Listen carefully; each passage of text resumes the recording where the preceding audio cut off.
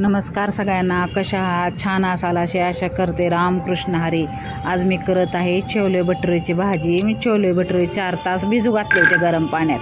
ते आता कुकरला लावून घेते. 4 ते 3 शिट्ट्या घेतल्या मी कुकरला लावून. इतके छान शिजले होते ना छोले, खूप छान. खूप दिवसाची इच्छा होती करायची. कुकरला लावून घेतले आणि ते इतके छान शिजले होते ना. हे शिजलेले आहेत, काढून घेतले भांड्यात. आम्ही गव्हाचं पीठ, रवा, मीठ, बेकिंग पावडर आणि दही फेटून घेतलं होतं आणि मैदा घेतलाय. गव्हाचं पीठ घेते ओतून, सगळी पीठं ते आता मिक्स करून घेते.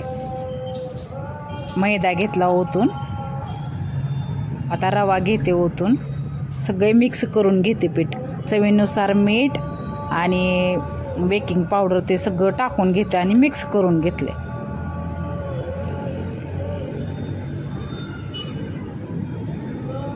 आणि दही मी चमच्यानं चांगलं हरवून घेतलं होतं, जास्त आंबट नव्हतं. त्यांनी मळून घेते.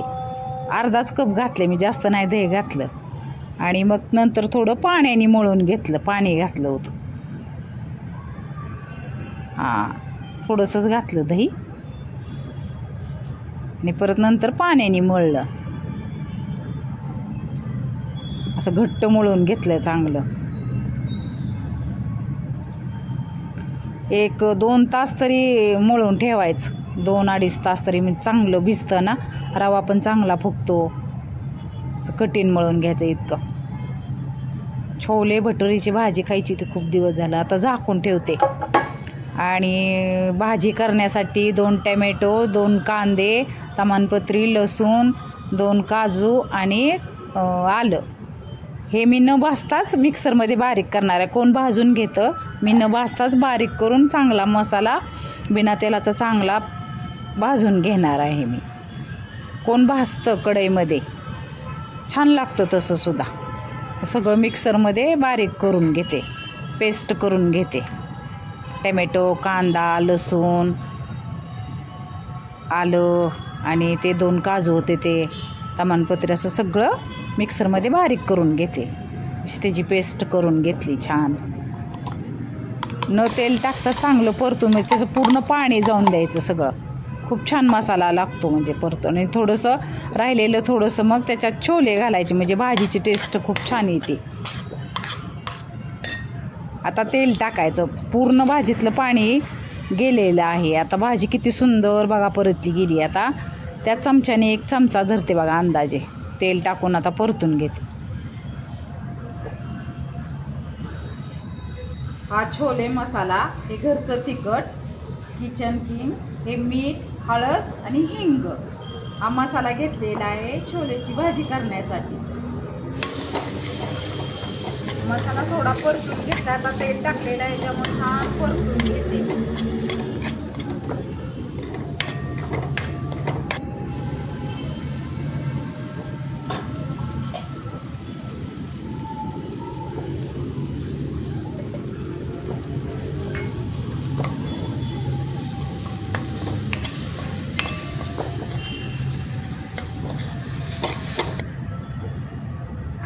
तर छोले टाकून घेते त्याच्यात.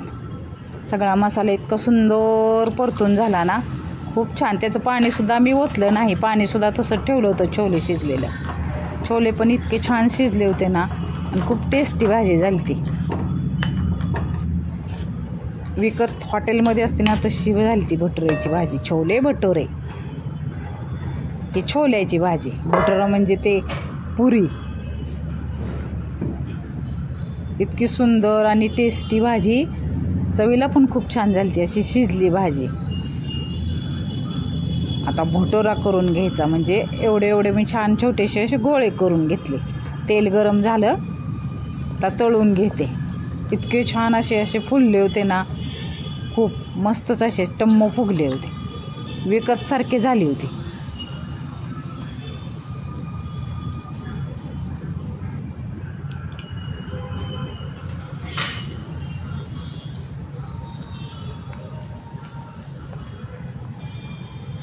तळून घेते सगळे असे भटुरे, छोले भटुरे. किती फुगलाय टम्म बघा, गोल गरगरीत. विकत पण असेच असतात मोठे, ह्याच्यापेक्षा मोठे म्हटलं तरी चालतील.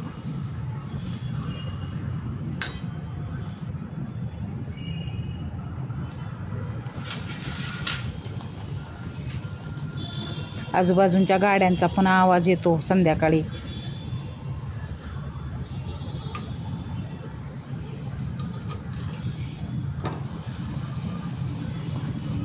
अशा सगळ्या पुऱ्या मी तळून घेतल्या आणि 2-3 पुऱ्या आहेत ना गव्हाच्या सुद्धा कणिक होती ना त्याच्या पण करून घेतल्या गव्हाच्या पिठाच्या.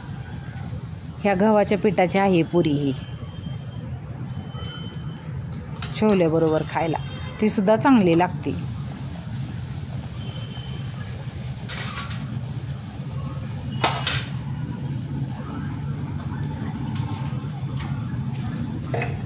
किती फुगली बघा, गव्हाच्या पिठाची आहे ही.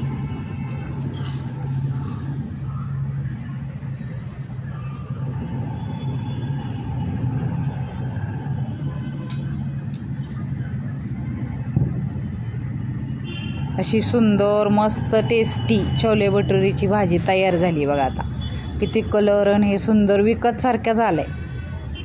असं टेस्टी चमचमीत, थंडीत खायला पण खूप छान आणि मुलांना पण आवडते.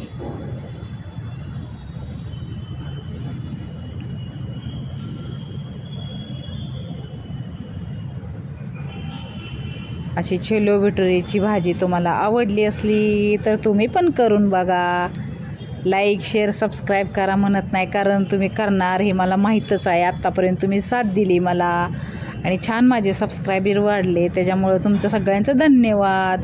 आणि अशाच तुम्ही माझ्या रेसिपी बघत राहा. ह्या गव्हाच्या पिठाच्या पुऱ्या आहेत. कुणाला आमच्यात आवडत नाही जास्त, मग गव्हाच्या पिठाच्या केलेत ह्या. अशाच माझ्या रेसिपी बघण्यासाठी उत्सुकता असाल तुम्ही आणि छान वाटल्या तर तुम्ही बघत राहा आणि कमेंट पण करा. थँक्यू.